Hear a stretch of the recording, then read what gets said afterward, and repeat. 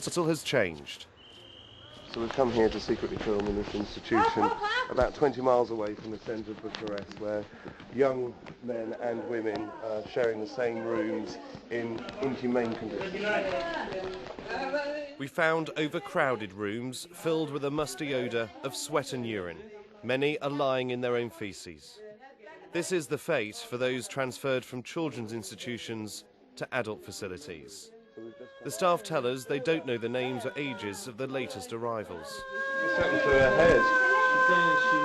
They've given this girl the name Anita. Her homemade helmet protects her from self-harm. She repeatedly bangs her head against the wall.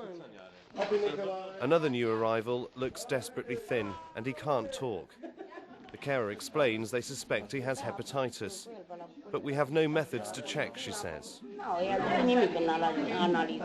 The government claims there are up to 20,000 adults in state care, but lacking sufficient data, they've admitted there could be more. A neighbouring village and another institution, home to 75 adults but only 6 staff. They rely on charity handouts to keep warm, but the thick jackets haven't reached everyone. In a separate room from the main building, we found 15 severely disabled youngsters dressed in tatty, thin clothes. Their bare feet produced an odour of rotting flesh. A closer look revealed gangrene, or trench foot.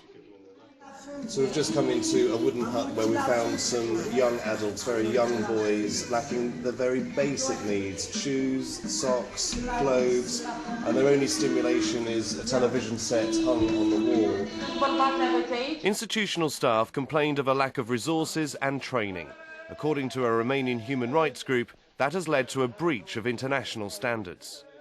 There are several inhuman and degrading treatment cases that we observe in most of the 30 visits that we pay during this year.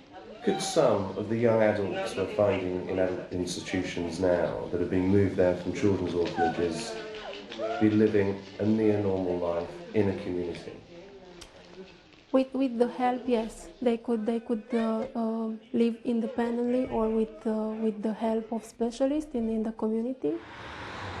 In response to our investigation, the Romanian government said that the problems we highlighted are not representative of their care system, adding, Romania has constantly paid attention in the field of disability and has assumed responsibility to ensure the most appropriate frame in order to meet human rights in this domain. While significant progress has been made in the last 2 decades, the legacy of Ceausescu's abandoned children clearly remains. Chris Rogers, BBC News, Romania. There's more detail.